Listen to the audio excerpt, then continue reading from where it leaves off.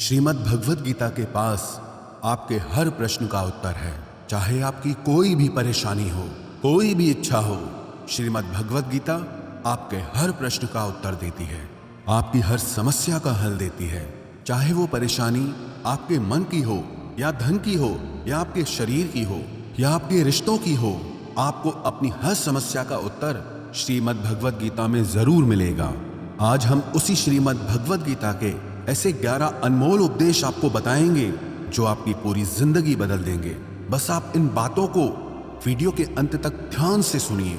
जो भी व्यक्ति इस वीडियो को अंत तक सुनेगा उसे अपनी जिंदगी, उसे अपनी हर परेशानी का हल अवश्य मिलेगा। उसे अपनी जिंदगी में जो कुछ भी चाहिए वो उसे जरूर मिलेगा। श्रीमद् भगवद गीता का सबसे पहला उपदेश यही है कि कोई अगर आपका अपना है या कोई आपसे बड़ा है तो उसका अपने प्रति गलत व्यवहार कभी भी सहन नहीं करना चाहिए। ये गीता का उपदेश हमारी जिंदगी से भी जुड़ा है। हम भी अपने मन की अधिकतर तकलीफों को ये सोचकर जिंदगी भर सहते रहते हैं कि ये तो मेरा अपना है, ये तो मेरा बड़ा है, इसको हम कैसे कुछ कह सकते हैं। हम अगर नहीं सहेंगे, कुछ कह देंगे तो हमारे रिश्ते ही खराब हो जाएंगे, हमारे रिश्ते ही समाप्त हो जाएंगे। पर सोचने की बात यह है कि उस व्यक्ति को आप अपना कैसे मान सकते हैं जो आपकी तकलीफों की वजह हो।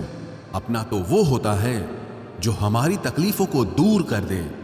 तो गीता का ये उपदेश है कि किसी को भी अपना फायदा मत उठाने दो, किसी को भी खुद पर जुल्म मत करने दो, क्योंकि आप जितना सहेंगे लोग आपको उतना सहने के लिए और मजबूर करेंगे। गीता का पहला अध्याय जिसका नाम अर्जुन विषाद योग और दूसरा अध्याय जिसका नाम सांख्य योग है, उसके आरंभ में अर्जुन ने श्री कृष्ण के आगे अपना दुख प्रकट किया है कि हे केशव, मैं कौरवों से कैसे युद्ध कर सकता हूं, ये सब तो मेरे अपने ही हैं।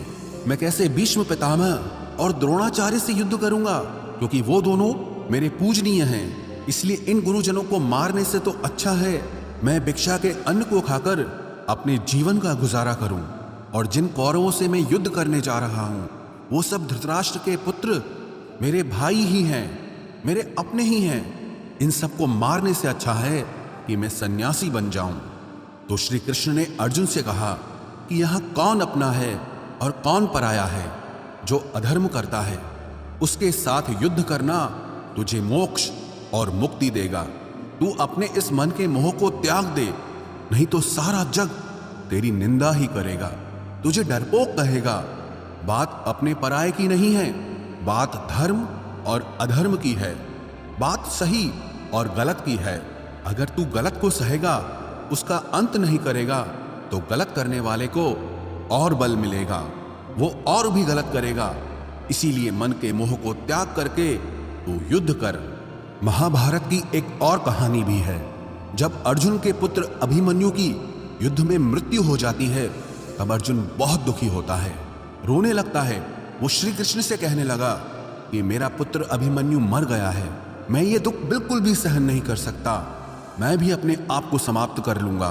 फिर भगवान श्री कृष्ण उसे आत्माओं के लोक में लेके गए, जहां अभिमन्यु आनंद से बैठा हुआ था। क्योंकि उसने क्षत्रियोचित व्यवहार किया, इसलिए उसे उत्तम पद की प्राप्ति हुई। जब अर्जुन अभिमन्यु के पास रोते रोते पहुंचा, अपने पुत्र को देखकर अर्जुन बहुत प्रसन्न हुआ। उसे गले से लगाकर कहने लगा कि हे पुत्र, तेरे बिना तो मैं जी ही नहीं सकता, मैंने तो अपने जीवन की आशा का ही त्याग कर दिया है। तो अभिमन्यु कहने लगा कि आप कौन हैं? अर्जुन बोला, मैं तेरा पिता हूं, तू मेरा पुत्र है अभिमन्यु। तो अभिमन्यु कहने लगा कि कौन पिता कौन पुत्र, मेरे हजारों जन्म हुए हैं, किसी जन्म में आप मेरे पिता बनते हैं और किसी जन्म में मैं आपका पिता बनता हूं। आत्मा का न कोई माता होता है न कोई पिता होता है। जब अर्जुन ने देखा कि मेरा पुत्र मुझे पहचान भी नहीं रहा तो उसका सारा मोह खत्म हो गया। इसलिए गीता के इस उपदेश को ठीक से समझ लो कि यहाँ कोई अपना पराया नहीं है। जो बुरे वक्त में, तकलीफ के वक्त में हमारा साथ दे, सिर्फ वही हमारा अपना है, बाकी सब पराये हैं। गीता का दूसरा उपदेश यह है कि जो चला गया है कभी उसका दुख मत करो, और जो आने वाला है उसकी बिल्कुल भी चिंता मत करो। जब महाभारत का युद्ध चल रहा था तब अर्जुन ने श्री कृष्ण से कहा कि अगर यह युद्ध हुआ तो करोड़ों लोग मारे जाएंगे। जो सैनिक और योद्धा इस युद्ध में मारे जाएंगे उनकी स्त्रियों का क्या होगा, समाज कैसे आगे बढ़ेगा। और भी बहुत सी बातें अर्जुन ने विस्तार से कही हैं। तो भगवान श्री कृष्ण ने कहा, अशोच्यानन्व शोचस्त्वम प्रज्ञावादांश भाषसे गतासून अगतासूश्च नानु शोचंती पंडिताः। श्री कृष्ण बोले, हे अर्जुन, तू बड़ी बड़ी ज्ञानियों जैसी बातें करता है, लेकिन जो सच में ज्ञानी होता है, वो जो लोग मर चुके हैं, जा चुके हैं या एक दिन जाने वाले हैं, उनकी चिंता नहीं करता है, उनका दुख नहीं करता है। तेरे हाथ में कुछ भी नहीं है, तू चाहकर भी कुछ कंट्रोल नहीं कर सकता। जीवन और मरण ये तो प्रकृति की नियति है। इसीलिए जो ज्ञानी होता है वो किसी के मरने पर भी रोता नहीं है। ज्ञानी जन ना ही बीते हुए कल का शोक करते हैं और ना ही आने वाले कल की चिंता करते हैं। इसीलिए जो होने वाला है वो होकर ही रहता है और जो नहीं होने वाला है वो कभी नहीं होगा। ऐसा निश्चय जिसको समझ में आ जाता है, जिसकी बुद्धि में आ जाता है, उसे कभी कोई चिंता नहीं सताती, कोई दुख नहीं सताता। हमारे सारे दुखों का कारण ही यही है। या तो हम जो वक्त गुजर चुका है उसे सोच सोचकर परेशान होते रहते हैं, या भविष्य की चिंता कर करके खुद को बीमार कर देते हैं, नष्ट कर देते हैं। गीता का ज्ञान हमें यही सिखाता है कि ना तो हम बीता हुआ कल बदल सकते हैं और ना ही आने वाले कल पर कंट्रोल कर सकते हैं। हमारे हाथ में सिर्फ वर्तमान है, सिर्फ आज का ही पल है। हमारा 98% तनाव और चिंताएं भूतकाल और भविष्यकाल के बारे में सोचते रहने से होता है। हम हमेशा उसी में ही जीते रहते हैं, मगर वर्तमान में कभी नहीं जीते, इस पल को कभी नहीं जीते। जब आप वर्तमान का पूरा आनंद लेना सीख जाओगे, तभी आपकी जिंदगी से तनाव कम होगा, चिंताएं खत्म होगी। वर्तमान में जीना एक बहुत बड़ी उपलब्धि है। हमारे हाथ में भी सिर्फ आज का ही पल है। हमें जो भी करना है आज ही करना है। कभी भी ये सोचकर समय को नष्ट नहीं करना चाहिए कि अभी मेरे पास बहुत समय बचा है। एक गुरुजी ने अपने एक शिष्य को पारस का पत्थर दिया। उनका वो शिष्य बहुत आलसी था, हर काम को कल पे टाल देता था। तो गुरुजी ने उसे कहा कि मैं तुझे ये पारस पत्थर दे रहा हूं। इस पारस पत्थर से जब तू लोहे को स्पर्श कराएगा तो वो लोहा स्वर्ण बन जाएगा, सोना बन जाएगा। और ये पारस पत्थर मैं तुझे 1 महीने के लिए दे रहा हूं। जब 1 महीना समाप्त हो जाएगा तब मैं तुझसे ये पत्थर वापस ले लूंगा। तब तक तू इस पत्थर को अपने पास ही रख। गुरुजी का वो शिष्य बाजार में लोहा खरीदने के लिए गया।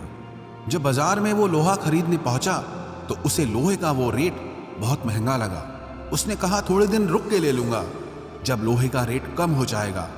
पर उसकी बुद्धि में ये बिल्कुल नहीं आया कि इस लोहे को मैं सोना बनाकर बहुत अधिक धन बना सकता हूं।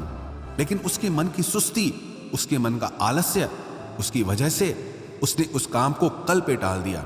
ऐसे ही करते करते पूरा महीना समाप्त हो गया। फिर गुरुजी उस शिष्य के पास आ पहुंचे कि बताओ तुमने कितना सोना बनाया। शिष्य बोला कि मैंने तो अभी सोना बनाना शुरू भी नहीं किया। तो गुरुजी ने कहा, मुझे मेरा वो पारस पत्थर वापस चाहिए। शिष्य बोला कि नहीं, मुझे थोड़ा वक्त दीजिए, मैं थोड़ा सोना बनाना चाहता हूं। गुरुजी ने कहा कि ये पारस पत्थर पूरा 1 महीना तेरे पास था, पर तू कुछ नहीं कर पाया, लेकिन अब समय समाप्त हो चुका है। ऐसे ही ये हमारा जीवन है, हमारी जिंदगी है, और ये समय ही पारस पत्थर है। हम समय के एक एक पल से अपने जीवन को सोना बना सकते हैं, लेकिन हमें ये लगता है कि हमारे पास बहुत समय बचा है। एक दिन जिंदगी को जी लेंगे, एक दिन जिंदगी में खुश हो जाएंगे, लेकिन वो दिन कभी नहीं आता और हम जिंदगी भर भागते रहते हैं, चिंता करते रहते हैं, दुखी होते रहते हैं, लेकिन जिंदगी को जीना, खुश रहना हम भूल जाते हैं। इसलिए गीता का ज्ञान हमें यह सिखाता है कि आप आज में जीना सीखो, इस पल में जीना सीखो।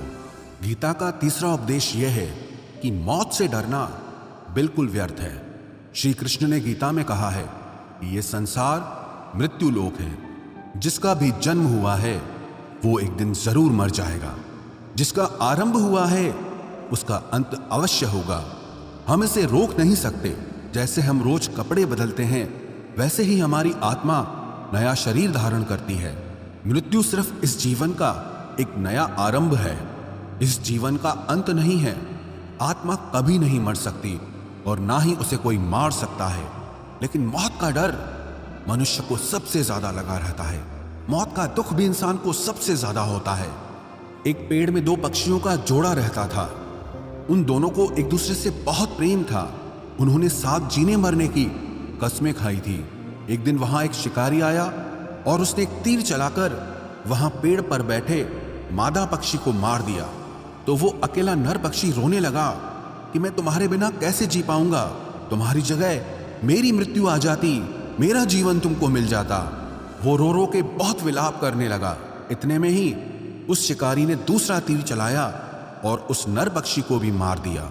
वास्तविकता में ये कहानी हमारी ही है। हम भी रोते रहते हैं जब कोई मरता है तो, लेकिन हमें ये नहीं पता कि एक न एक दिन हमारा भी जीवन समाप्त हो जाएगा। हम भी उसी मृत्यु के पेड़ पे ही बैठे हैं, लेकिन शरीर का मिटना हमारा अंत नहीं है। श्री कृष्ण ने अर्जुन से कहा कि हे अर्जुन, तेरे और मेरे अनंत जन्म हुए हैं। तुझे कुछ भी याद नहीं है, लेकिन मुझे सब याद है। जो व्यक्ति इस सत्य को समझ ले कि मैं यहां इस संसार में कुछ समय के लिए आया हूं, उसकी जिंदगी के सारे झगड़े, सारे दुख, सारी चिंताएं ही समाप्त हो जाएंगी। जब इस संसार से जाना ही है तो दुख किस बात का। पहले के जमाने में साधु महात्मा लोग पैदल यात्रा करते थे। यात्रा करते करते वो एक नगर में पहुंचे। वो महात्मा बहुत थक चुके थे। उस नगर में उन्होंने एक महल देखा और उन्होंने उस महल में जाकर विश्राम करने का सोचा और वो महल में जाकर सो गए। जब उस महल में वहां का राजा पहुंचा तो अपने पलंग पर उस महात्मा को सोता देखकर बहुत हैरान हो गया। राजा उस महात्मा से पूछने लगा कि तुम मेरे महल में कैसे घुस आए और मेरे बिस्तर पर सो रहे हो। महात्मा कहने लगा, ये तुम्हारा महल है, मुझे तो लगा ये धर्मशाला है। तो राजा ने कहा, आपको मेरा महल धर्मशाला कैसे लगा? तो महात्मा ने राजा से प्रश्न किया कि तुमसे पहले इस महल में कौन रहता था? तो वो राजा बोला कि मुझसे पहले मेरे पिता यहाँ पर रहते थे और उससे पहले मेरे दादाजी यहाँ पर रहते थे। तो महात्मा ने फिर प्रश्न किया कि क्या तुम इस महल में हमेशा रहोगे या तुम्हारे बाद कोई और रहेगा? तो राजा कहने लगा कि मेरे बाद मेरा पुत्र इस महल में रहेगा। तो महात्मा राजा से कहने लगे कि जिस जगह पर रहने वाले बार बार बदल जाते हो उसे घर कैसे कह सकते हो? वो तो धर्मशाला ही है। इसीलिए तेरे महल को धर्मशाला समझकर मैं इसमें रात बिताने के लिए आ गया। धर्मशाला जान जग को, जीव सब मेहमान है, मोह किससे मत करो, सब स्वप्न का सामान है। यदि हम भी इस बात को समझ लें कि हम यहाँ कुछ समय के लिए आए हैं, आनंद करने के लिए आए हैं, खुश रहने के लिए आए हैं, तो हमारे सारे दुख ही समाप्त हो जाएं। जब हम अपना मोह यहाँ जमा लेते हैं, अपना दावा यहाँ जमा लेते हैं कि ये मेरा है, इसे मैं छोड़ नहीं सकता, इसके बिना मैं जी नहीं सकता, तो हमारा जीवन दुखों से भर जाता है। इसलिए जीवन में मृत्यु का भय त्याग करके जीवन का प्रतिपल आनंद लेना चाहिए। गीता का चौथा उपदेश, मन और विचारों को कंट्रोल किए बिना जीवन में कभी शांति और सुकून मिलने वाला ही नहीं है। अर्जुन ने श्री कृष्ण से कहा कि मेरा मन सही गलत सब कुछ जानता है, फिर भी मेरे विचार और मेरा मन मुझसे कंट्रोल नहीं होता। मैं जो करना चाहता हूं वो कर नहीं पाता हूं, और जो नहीं करना चाहता हूं वो मेरा मन मुझसे जबरदस्ती करवाता है। इसीलिए मैं बेचैन हो गया हूं, मुझे शांति प्राप्त नहीं हो रही। तो श्री कृष्ण ने अर्जुन से कहा, उसके लिए तुझे अपने मन और विचारों से डिटैच होकर अपने मन और विचारों को सही दिशा में ले जाने की प्रैक्टिस करनी होगी, अभ्यास करना होगा। और ये एक दिन का काम नहीं है। जब तक तू अपने मन और विचारों की गुलामी का त्याग नहीं करता, तब तक तुझे जीवन में कभी शांति नहीं मिलेगी। एक राजा था, वो बहुत बेचैन और परेशान रहता था। एक दिन वो अपने गुरुजी के पास गया और उनसे कहने लगा कि मेरा मन बहुत बेचैन है, मैं बहुत परेशान हूँ, मैंने पूरे संसार को जीत लिया है, सब कुछ है मेरे पास, पर मैं खुश नहीं हूँ, मेरे मन में सुकून नहीं है, शांति नहीं है।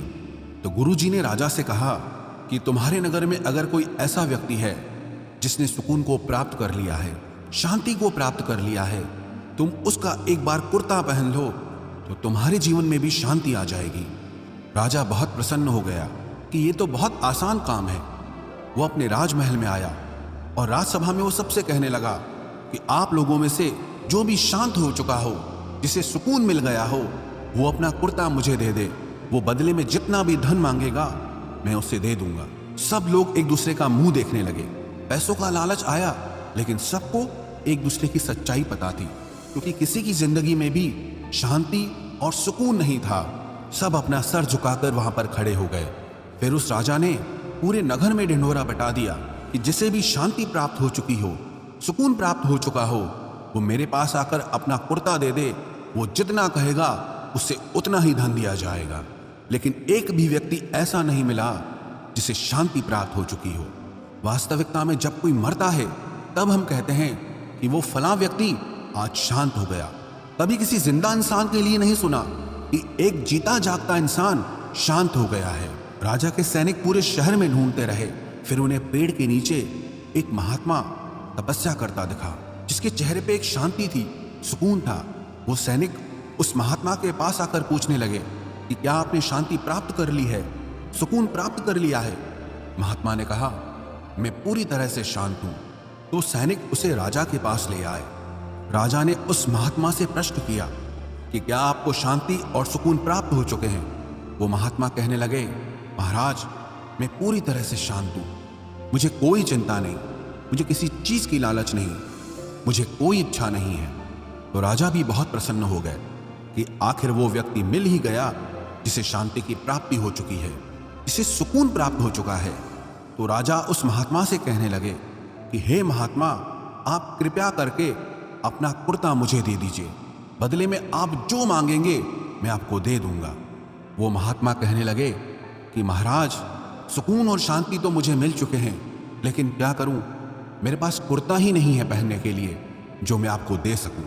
जब राजा ने उस महात्मा की ये बात सुनी कि इस महात्मा के पास कुर्ता भी नहीं है पहनने के लिए, उसके बाद भी ये महात्मा एकदम शांत है, इसके जीवन में सुकून है। मैं सारी जिंदगी धन को जोड़ने में लगा रहा, दुनिया जीतने में लगा रहा, लेकिन मुझे शांति नहीं मिली, सुकून नहीं मिला। क्योंकि शांति और सुकून बाहर की चीज नहीं है, अपने भीतर की चीज है।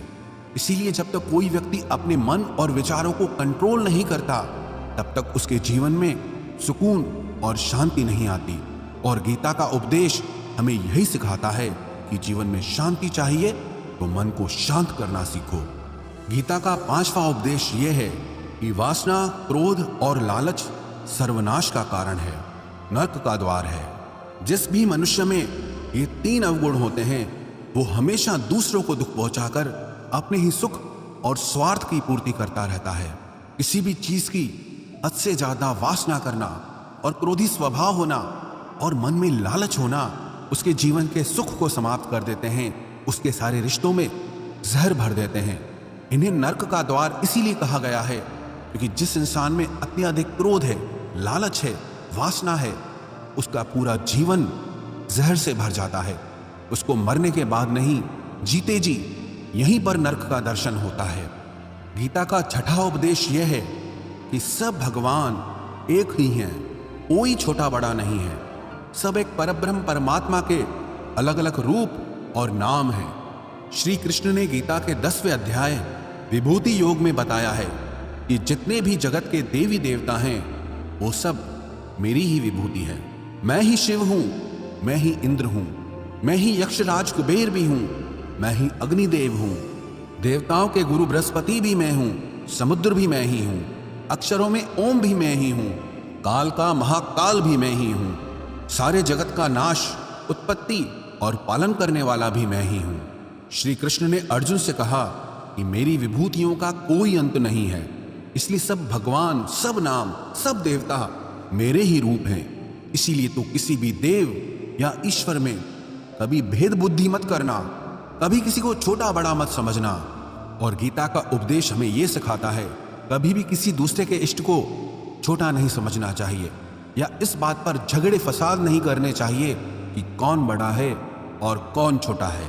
गीता का 7वां उपदेश यह है, सुख की इच्छा ही आखिर में हमारे दुखों का कारण बनती है।